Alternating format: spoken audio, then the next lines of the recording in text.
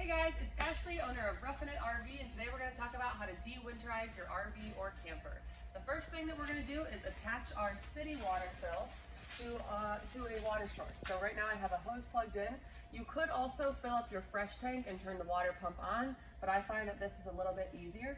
So one thing that I've already done is identified my two low point drains. And the easiest way to find those low point drains is to look underneath your camper and you will see two tubes protruding out the bottom. In my case,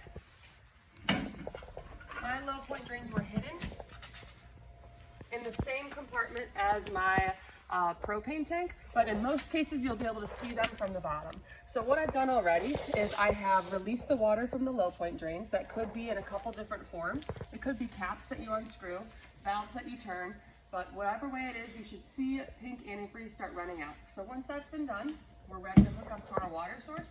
We're gonna go inside and we're gonna open and close each faucet. All right, so now that we're inside the RV, we have our water source connected. I'm gonna open the hot and cold of each of my water supplies. I'm gonna wait to see that be completely clear.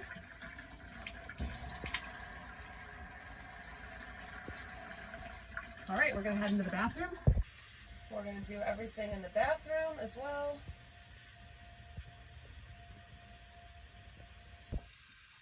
All right, so that's run completely clear. Do not forget that you do have a water valve in your toilet. And then I'm also gonna run the hot and cold lines in the shower, and then we'll head back outside. I'm gonna make sure to do the outside shower as well. This is another commonly missed place. And if you notice while we're doing this, there's no water flowing out of the hot water tank. That's because when you winterized it, you should have bypassed the tank. So there should be no water flowing in or out of this tank at the moment. You're gonna wanna get an anode red. It should look something like this. There's a couple different sizes. This is the smaller. And you're gonna wanna put some Teflon tape around it. And then it goes right into this drain hole at the bottom.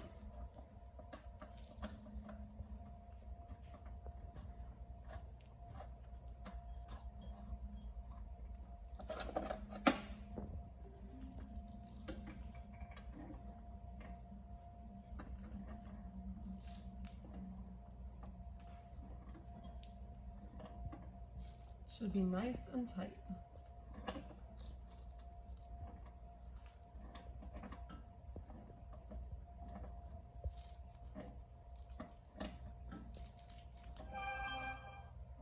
And we are ready.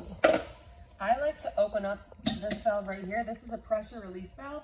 Since this is a pressurized tank, I don't want to increase the pressure by adding water and not letting any air out. So I'm gonna open this valve while I fill it for the first time, and then for the rest of the season, I may never touch it. So I always find it easiest to identify where the hot water tank is based on the outside, not the inside, because it can oftentimes be hidden behind a compartment. I would bring a screwdriver out because in many cases, you are gonna have to take off a panel. In our case, it's right underneath the dinette. If you could zoom in on these valves right here, there's gonna be two different ways that these tanks are set up, either 3 valves or 1 valve. Both do essentially the same thing. So if you see here, the water's flowing in, that valve is closed, so it's unable to flow into the tank. Instead, it flows through and back out to the rest of the coach. I'm gonna switch all 3 of those valves so that water flows in this blue pipe and out this hot pipe.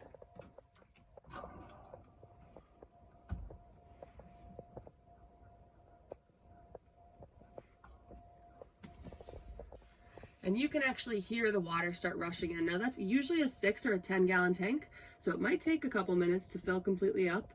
The easiest way to know if it's full is to go outside and watch that pressure release valve. Water will start coming out when it is completely full. So we're gonna head back out. Okay, so now that we are back outside by the hot water tank, I'm gonna use the pressure release valve and let all the air out. And once water starts coming out like this, I know I'm good to go. We are de-winterized. We're ready to use our water system and operate as normally. Thank you for watching. If you want to do this at home, I hope this video helped.